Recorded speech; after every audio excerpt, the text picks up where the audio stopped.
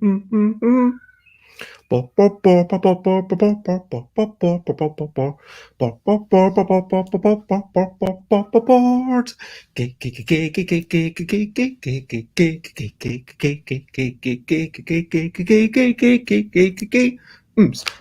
games, board games is what I'm talking about.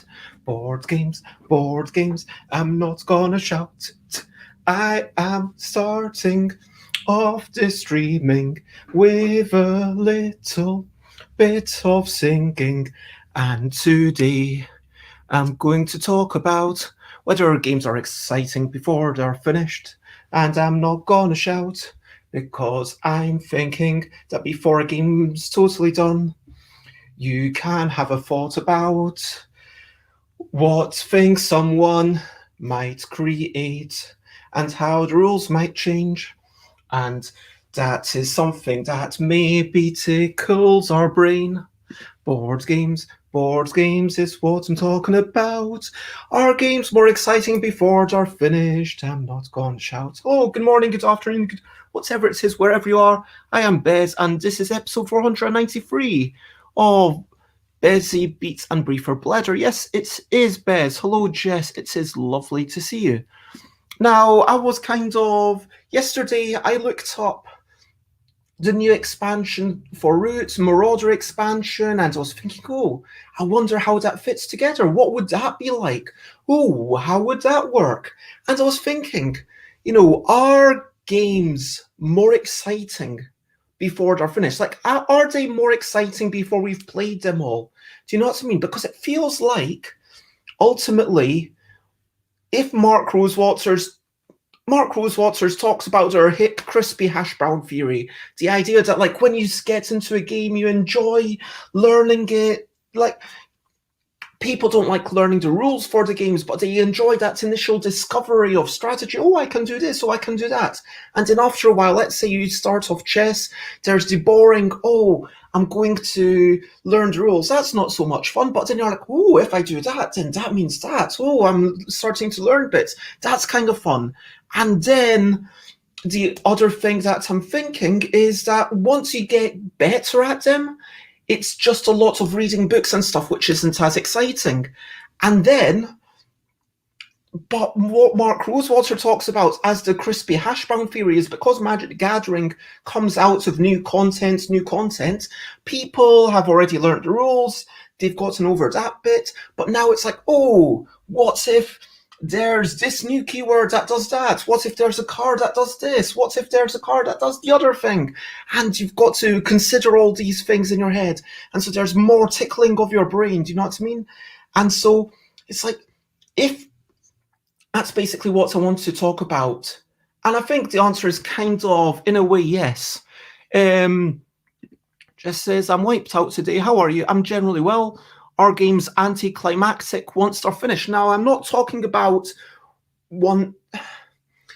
Yeah, I guess I kind of am. That once all the expansions are out, it's kind of less exciting. Like, not that once playtesting has finished, once it's been published, it's less exciting. But once the game is no longer being added to, is it less exciting? And my gut feeling is the answer is yes. I mean, if Magic the Gathering, if they stopped making new cards for it, then that would be less exciting. Like, a game about wee whimsical creatures, if I tell people, oh yes, every few months, every year or every few months, whenever I can, I will do a few new creatures, I think people would be excited by that. Being, oh, there could be any creature and there's still the possibility space, because in theory that possibility space is massive, but as soon as that game becomes a reality, that possibility space is suddenly finite, it's set, and you know what's going to happen. And so I think that's an advantage of expansions.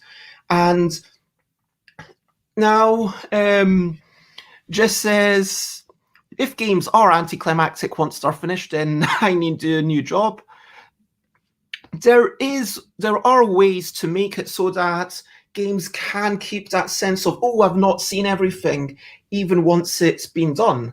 Because, like, let's look at Yogi as a game that I think I actually still have I don't know what I think this is Italian, I'm not sure, but yogi. When you play one game, there's 54 cards, I want to say 50, I can't remember how many, it's either 54 or 55. Well, 54, it says on the back. There we go. There's 54 cards. Let's say you're playing with 5 players. Even with 5 players, you're likely to maybe get up to 7 or 9 cards. And so you're going to see maybe 35 or 45 cards, and then there'll be some cards that you never saw. And then you'll see new combinations on your next game. That's the thing. By having all these unique cards, they can combine in new ways. Do you know what I mean? And with, King of Tokyo, the way that Garfield has this giant stack of cards, it reminds me of this one thing that Garfield once said in their Free Donkeys podcast, which is sometimes they do Garfield's garbage. Take a couple of decks of cards, shuffle them together, half them, and then make it so that you don't exactly know what's coming. I think that King of Tokyo reflects that style of just having so many effects that you'll never see more than a tiny fraction in any game. And Manuel says, hello. And hello, Manuel. In terms of buzz, I agree, but as a player, I find constant expansions more of a burden, and they make me feel like I have to keep up, taking on increasing amounts of money and space. Yeah. I agree. I mean, there's definitely something to be said for, accessibility and responsibility. I mean, ideally, like we talked about, I think, about Mindbug. And Mindbug is a really interesting thing. Now, I backed that for £1 because I really appreciate it, and I might buy it from a shop or something when it arrives. So Mindbug, it's got 48 cards. I think there's 32 unique cards, 16 of them are duplicated, and 16 of them are singletons. Now, what happens is you play a game, you've got 20 of these cards, 20 of the 48. Now, at most, you will see 20 cards. There will be at least 12 cards that you've never seen the effects of, even if you get to see all the singletons. And that means that there's still the excitement, there's still the, we're going to see new things. And I think that having cards that meaningfully combine, things that meaningfully combine in different ways, is again a way to have this hypothetical space of, what would happen if blah. Now, anyway, I'm going to go through that's where my mind is right now, and I would welcome input. I'm going to go through the regular stuff, and then we'll come back to this in a moment. Let's firstly talk about recent highlights, living life and seeing the sights, recent highlights, playing games and other delights, recent highlights. So yesterday, right after the stream, I went to bar yoga, which is kind of like yoga. It was really nice. I went there technically late. The door had already been locked, but I was just in time for the teacher to see me and say, I'm going to unlock the door for you all. Anyway, it's all good. I went in, and then was kind of doing that, doing the pliés, doing the going on the tippy-toes. It was kind of ballet inspired, but also yoga. It was kind of like a fusion of yoga and ballet, and it was really nice. And even though my legs were sore, like, there were bits that I maybe didn't go on my tippy toes. I stayed on my heels a bit more, or I was a bit lower, closer to the ground, but it was really enjoyable. I like this fusion. I like trying new things, and I like the safety of the environment. I like going to classes like that, like a new thing. That's definitely a highlight.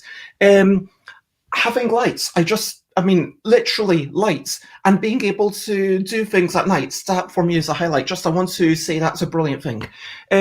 Compliments. Yes, I made a stew, and then I said to someone, there's a stew. This is the person who's going to be living in this room.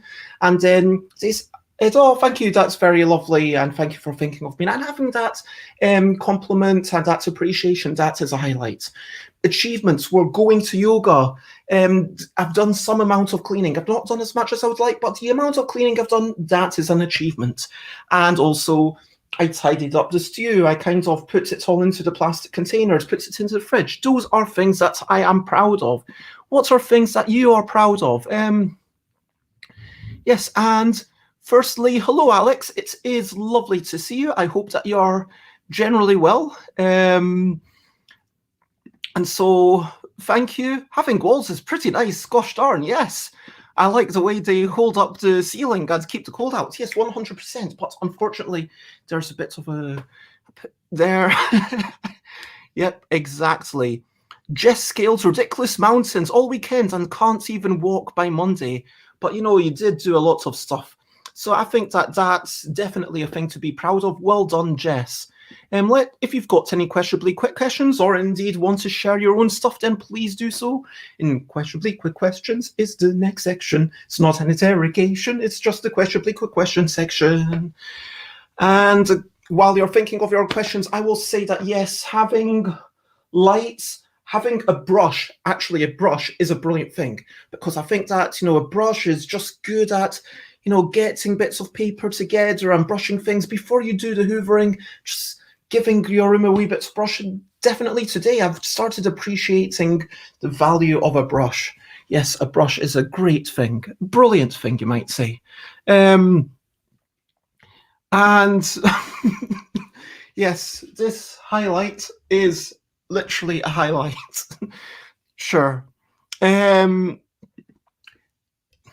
Egg custard tarts or jam tarts? Definitely egg custard tarts. I mean, I feel like egg custard tarts just have a little bit more going on. There's a little bit more texture to them generally. Jam tarts, within that jam area, it's a bit more homogeneous. And also I think that while they're both pretty sugary, let's be honest, I think that the slightly lower sugar content of the egg custard tart is also a tick in its favour. So yes, I'm glad that we all agree. Egg custard tarts, and Alex says Bakewell tarts. Well, that wasn't an option. You can't go doing that. But as a Portuguese, says Manuel, I'm partial to pastel de nata. Okay. So, any more questionably? I do apologize. I've been doing a lot. I'm wearing these trousers that are completely covered in dust. But yes, let's get back to the main. Oh, we've got more questionably quick questions. What's my favorite kind of egg? A fried egg that is quite soft and it's got a little bit of firmness around the yolk, but enough softness and gooiness that when you break into it, there's like a little bit of liquid. But yeah, that's my favorite type of egg, either that or poached. Jam, right now I'm going to say gooseberry. Okay. And sunny side up. Oh, just like keep it one way. Keep one side more fried, keep the other side less fried. Yeah, and don't do this flipping. Just like keep it one side. Get that variation going. Yeah. Just says, I love poached the most and then scrambled. This is a question. Boiled eggs? Yeah, sure. It's not like rocking my world, but sure. Soldiers? Generally not. Generally, I'm not going to say no to them, but generally, I would just want the boiled egg, and that would be it. So let's go back to the main topic, which is let me copy paste this. I do apologize. Are games more exciting before they are finished? So, yeah, is my fascination of Root? Am I in love with Root? Partially because, whoops, let me get rid of that brilliant things banner. Although Root is a brilliant thing, but it is my love of Root partially because I've not played it all yet. Once I've played all the factions, once I've managed to win as all the factions, is my love of it going to decrease massively? Like, would I still love Magic the Gathering as much if they stopped making games for it? I mean, expansions for it. Why do CCGs need this continual input? It's like just a fact that, yes, if you didn't have this continual input, it would be net decking and people would find out, okay, this is the best possible deck. And I think that Keyforge has done really well to avoid that. like in Keyforge, if I play it casually, I've got maybe 6 decks, maybe 4, I don't know. That's enough that I can play with someone and I can have a game, and then we can play 2 completely different decks, and then we can trade them and we can get to know these decks. And there's always the excitement of, yes, there could be this completely different deck, and if I kept playing it, I would, but having that variation within a system, having that changeability, having that potential for something that you need to adapt to, it does bring to mind the fact that, if you shuffle a deck of cards, chances are no one has ever shuffled a deck of cards in that particular order ever before. And even with, I think, like 16 cards, it's still like a ridiculous number. So, like, if you look at the L deck, when we look at Nanomuckle with 8 cards, well, you might be using a lot more of the top letters, which there's so many of, but still, those 8 cards are still pretty likely to be a unique combination, because it's 1 out of 48 times 1 out of 47 times 1 out of 46, blah, blah, blah, blah. And that does give it a little bit of, okay, this is a new game. We are doing this a new way. And I think that when I play Go, why does that feel fresh? Why does that still feel good? To me, it's largely because I'm playing with new people. If I were to play with the same person 10 times in a row and they'd played a lot of times before, sure, our games might go slightly differently, but I think we would get tired. But if I'm playing with someone that they are, like 10 times literally in a row, but then how many games can you play 10 times literally in a row? So that's probably a bad example. But yeah, I think that when someone is then on a new day, or bringing new moods to it, or bringing a new personality, maybe on a different day, I feel more combative, and so I'm going to put my piece directly beside you just to get in your face. Metaphorically, I'm not, figuratively, I'm not literally going like that.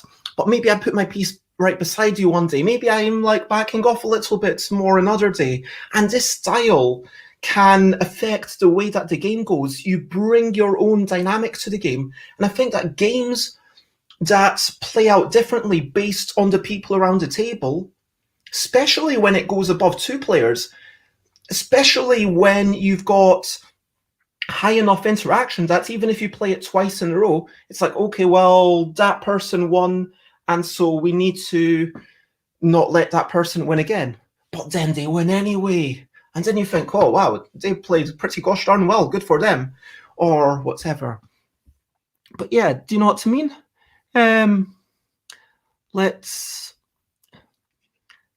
So Alex says, going back to the thing, I'm not a fan of soldiers. I think in most cases, diplomacy is far superior. Soldiers with eggs. What are games for, and how should we value them? I mean, games are for bringing about positive experiences, surely. I mean, whether that's entertainment, whether that's a few moments of relaxation, or whether that's potentially even seeing the world in a new way, or education. Like, when I think about koleżka, I think that's the Polish word for queue. Is that the right word? Game that something of, is that how you say it? So there's a Polish game all about queuing, and there's a lot of satire in it, but it's just saying, hey, this was a big part of it. And playing for that game, I'm not going to say it told me a grand story or told me really what it was like to be in those times, but it certainly made me think, oh, this is something that people did, and using little kids to get in front of the queue and whatnot. But yeah, how should we value them? I think we should value games insofar as how well games do what they set out to do. CCGs need the input to maintain a competitive scene, gets the players' curiosity going, for sure. And yes, if you don't have that, then eventually, this is clearly the best deck because you can make whatever you want. A quick hello to Yoda. I hope that you're generally well. If you value games as a vehicle for discovery only, then you will possibly grow tired of games where the strategy is fairly static. Yeah, I would agree. And when I play Go, for sure, when I recognize, oh, that's that pattern from that game, that's nice. But at the same time, I want each game to play differently. I want each game to feel different. And when I play Go within a certain possibility space, they do all feel different. So I think there's enough discovery within that game that I continually feel like I'm discovering more and more and more. Games are for using your brain a lot, says Jess, so you don't lose your faculties as young as you might do. Also, Omegas 3, 6, and 9, which might be in eggs. And yes, good games about eggs involve dancing eggs, which inspired some of the cards, because I think that when I was like, oh yeah, if I start balancing cards, that's kind of like dancing eggs. And I think I might have subconsciously been inspired by the putting eggs around your body when I developed that for Yogi. And then, anyway. Oh, great minds think alike. There we go. Games give bears something to do. So yes, I'm not saying games are only good as a vehicle for discovery, but what I am saying is that there is that added joy of discovery. And how can we keep that alive? How can we do that without making it financially inaccessible? Because when I look at the Marauder expansion and all the, like, that's going to be, it looks like it's going to be like $80, and that's a lot. It's a lot. Like, even right now, if you pay like $50 plus the shipping, so $65, I mean, and I'm not saying it's unreasonable because they've put work into that. They've done a lot of stuff there. But is there a way that there could be something that takes a little bit less work that keeps that sense of discovery alive?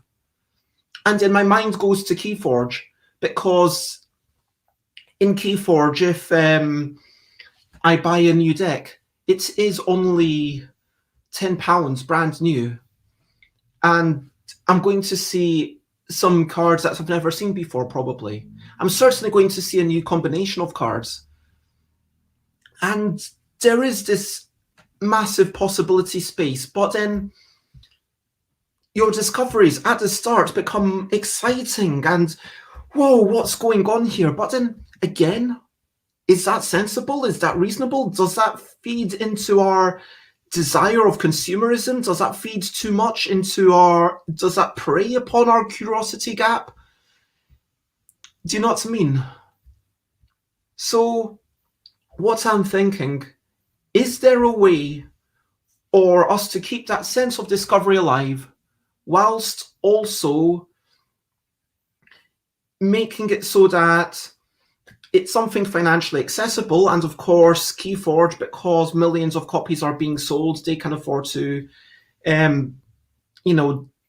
once that workload of the human work is divided between all the millions of decks, then you kind of it doesn't cost as much. Whereas, like, look, if I put 100 hours of work and then I only manage to divide that 100 times because I'm only selling 100 copies of a game, that's a lot more expensive than if I do 100 hours of work or even 1,000 hours of work and then I sell 200,000 copies of a game, because at that point, the time that I spent on it per hour, I'm getting a lot more return. And it's like, yeah, sure, that 20% company.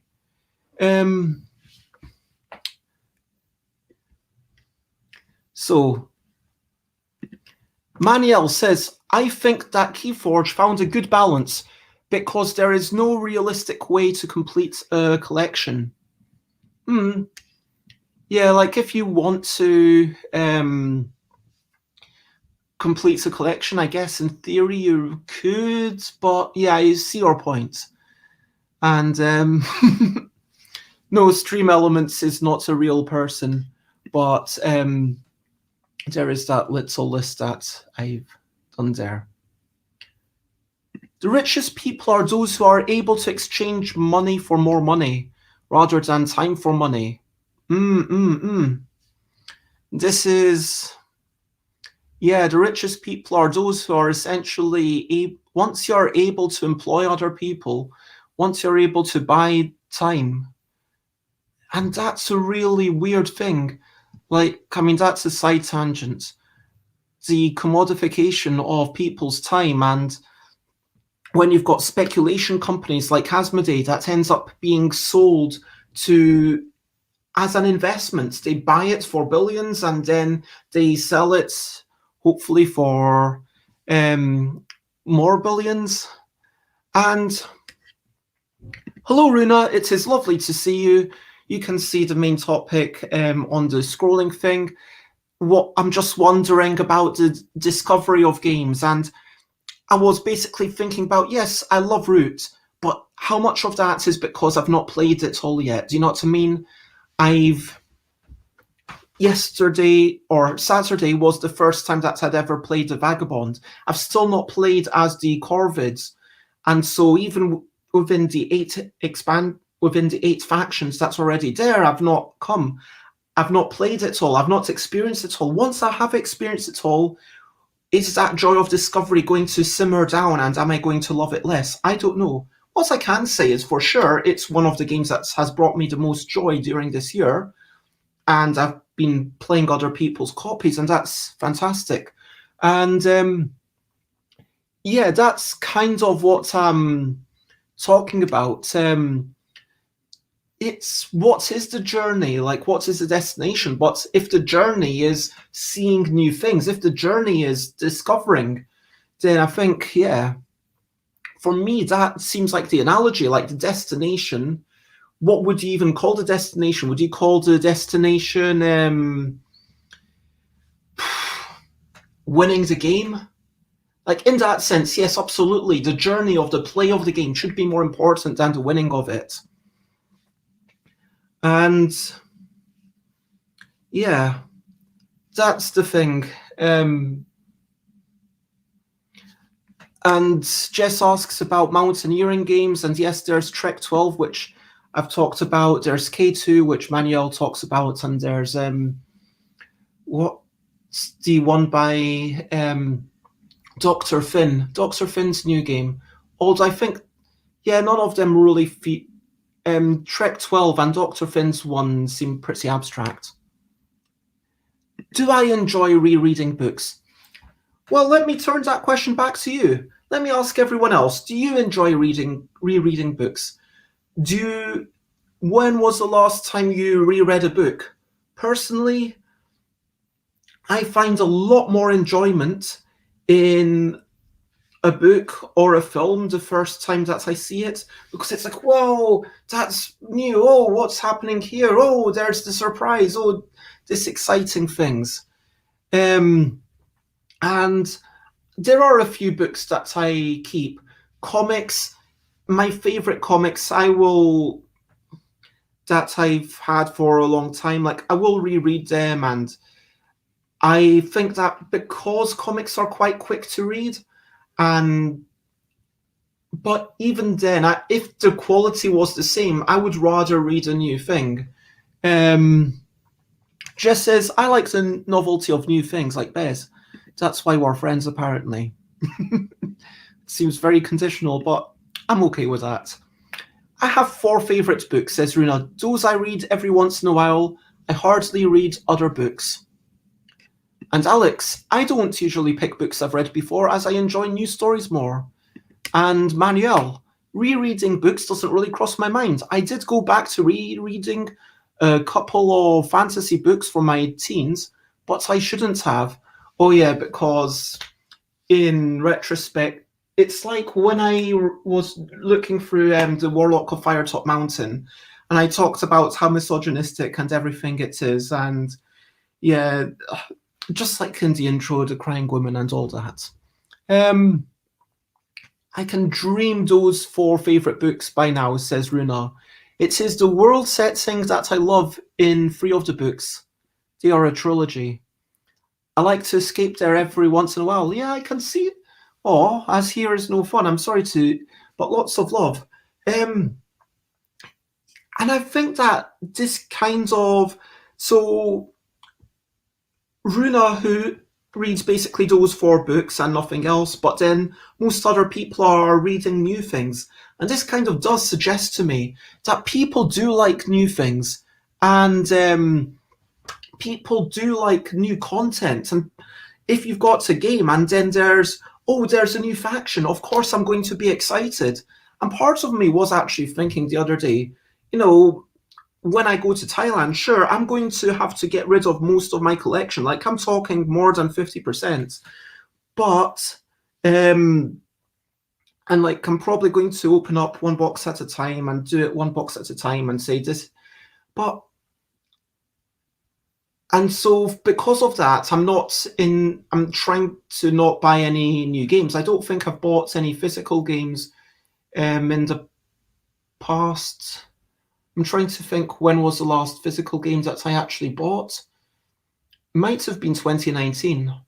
But I got given games this year, like people, like, yeah, I got given Fugitive, and then I got given Paperback, which are good games, and like all great games. But anyway, I was genuinely thinking about, should I actually buy Root because I love it so much? Is this something that I should take to Thailand? Because I've been told that in Thailand, things cost like almost double what they would cost here.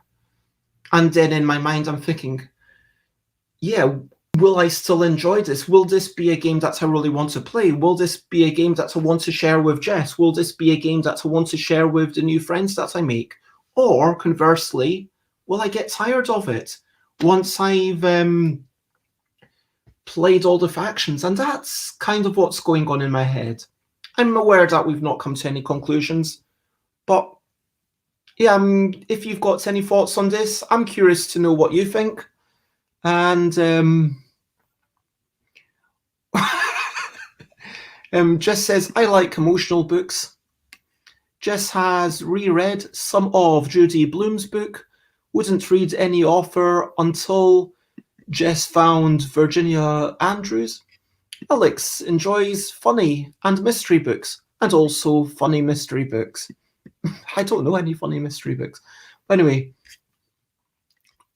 let's start to wrap up, and let me ask, over to you. What are you up to? You can share, but only if you want to. Is there anything that you want to share? Something that you can do it if you dare. Something that you're looking forward to, something that you need to do, something fun and frivolous, something super serious. Let me know if you want to. If you don't want to, you can easily say no. So I am going to spend, like, I've got to do a bit of tidying up. There is still stuff I was going to show, like there is still some boxes. Some of these boxes I've got to say, okay, these boxes I want to keep. These boxes I don't want to keep. I'm going to make a small pile of the stuff that I want to keep, and it's mostly stuff that could be in the recycling, like, or kept here. Like, this is a bag full of bags. It's like lots and lots of bags. I guess there'll be as many bags as Dad wants here, and I might take some of them to my new place because I'm not sure I've even got any bags there.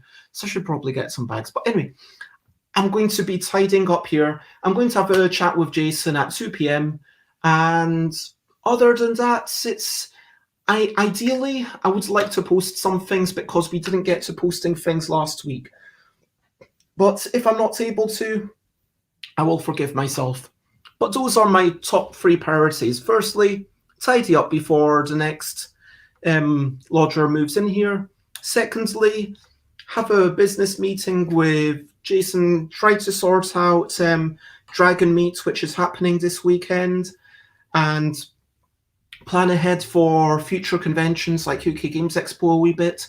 And thirdly, if I can, get stuff sorted and to the post office for last week's stuff. That would be good. What are you up to? And do you have any more thoughts about the main topic? Runa says, it is the political stuff in the book. They are set in a world where in the first book, women are the only ones who are in lead positions.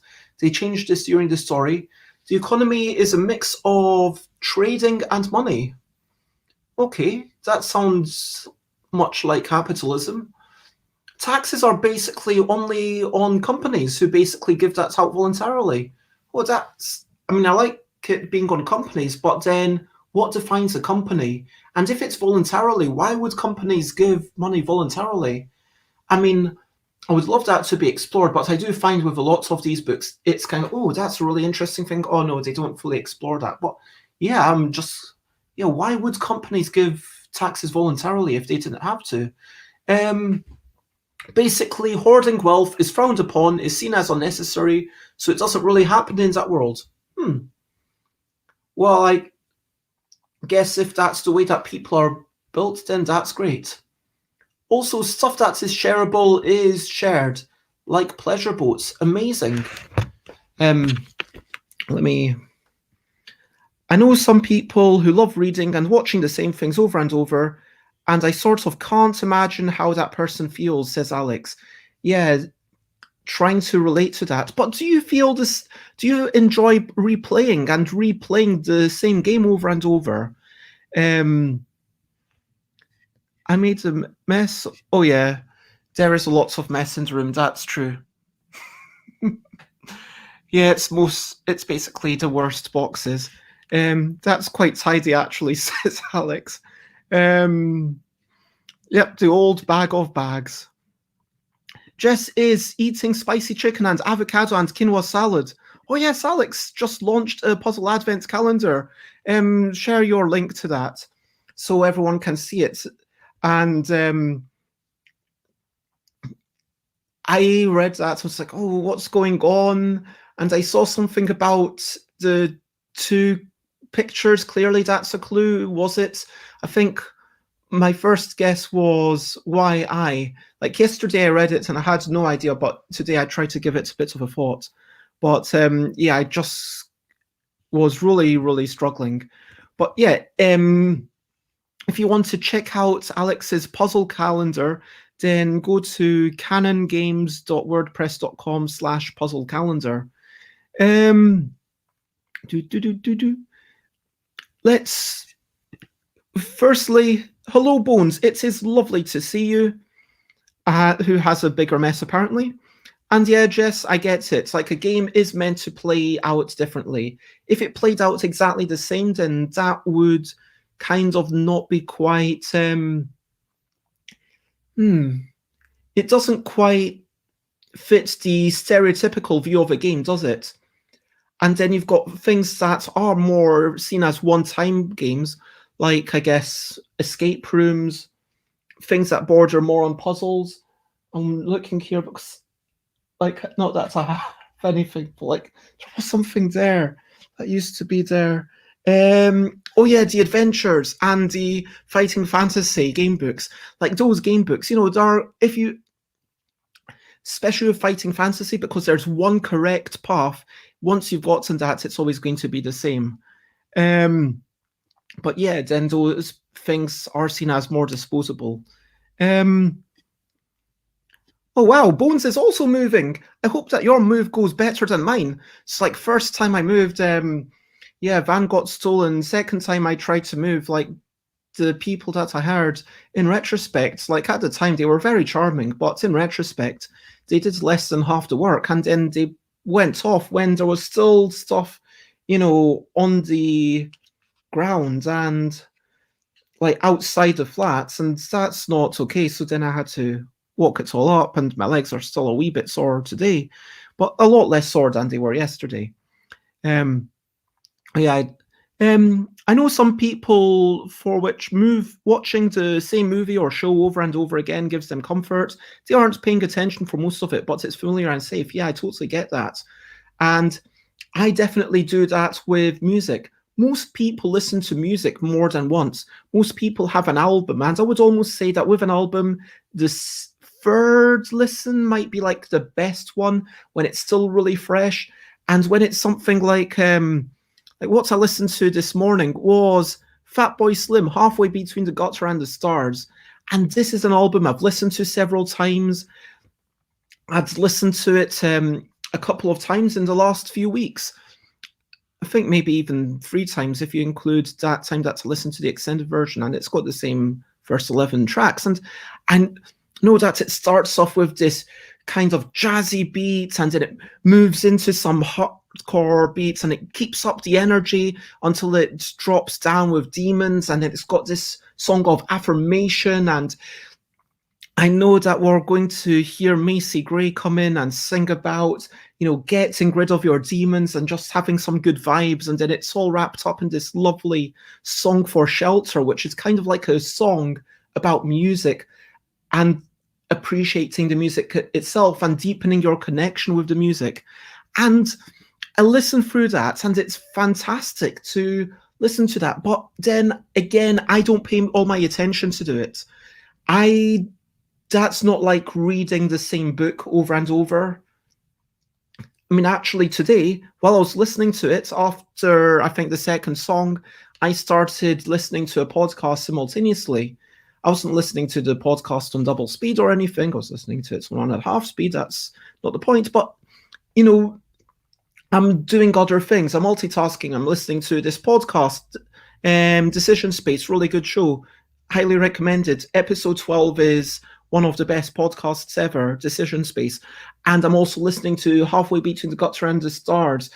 Amazing, giving me energy. And I'm also working on sweeping and tidying up things.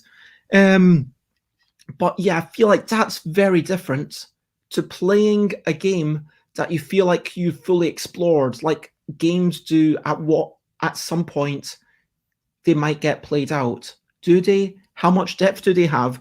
I can't imagine Go ever being played out for me. And I think that the fact that it survived so many thousands of years is testament to that. And that's why I'm confident saying that Go is my number one game of all time. There was a time when Jungle Speed was, in my top few games, but now it isn't, purely because I'm too good at it. And I've reached a point where the game for me has fundamentally changed. Earlier, when I was playing, it took me maybe 2 seconds of, oh, is that the same as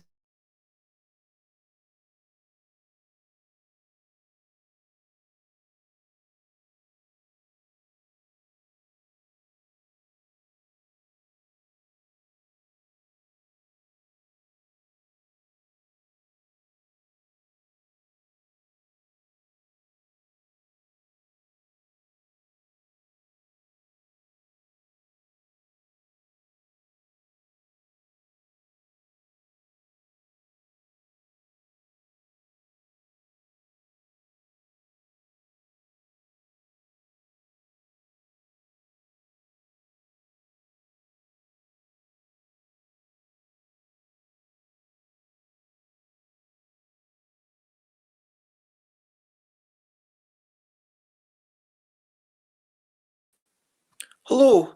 Um, I think that my Wi-Fi might have dropped, so I'm back on the phone.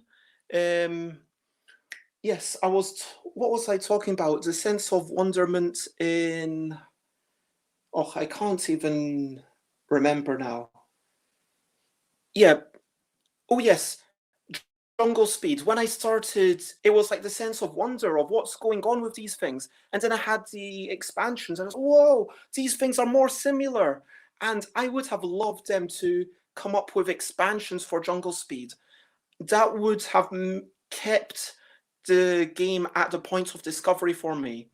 And I think that at a certain point, Jungle Speed does just become a game of pure reaction and a game of pure, dexterity, and a game of pure speed, and a game of pure potentially smashing other people's fingers, and those aren't things I'm necessarily against, but they are things that aren't as fun as that initial confusion. And that's why I think that Jungle Speed for me was a much better game for the first 20, 30 games than it is now. Um, do, do, do, do.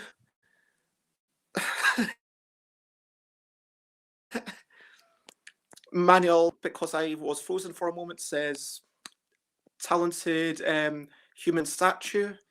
And yes, thank you everyone for sticking around. I do appreciate that. Oh, I'm sorry, Jess. Yes, indeed, the internet did break.